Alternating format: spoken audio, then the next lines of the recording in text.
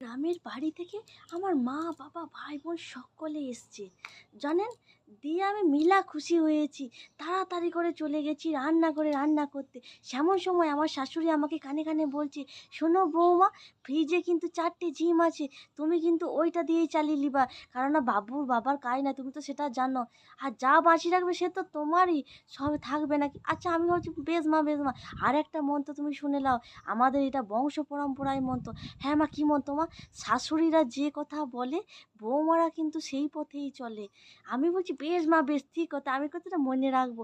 বলে এবার কি করেছি, যে আমার মারা 4 জনা, আমরা 3 জনা, 7 জনা, আমি সেই 4টে ডিমকে 8 টুকরো বানিয়েছি জানে।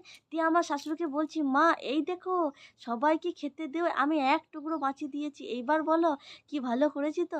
আমার শাশুড়ি বলছে, আর একটু বাঁচিয়ে দিলে ভালো হতো। আমি বলছি বেশ মা বেশ, আমি পরের বারে তোমার এই কথাটা ঠিক মনে রাখবো।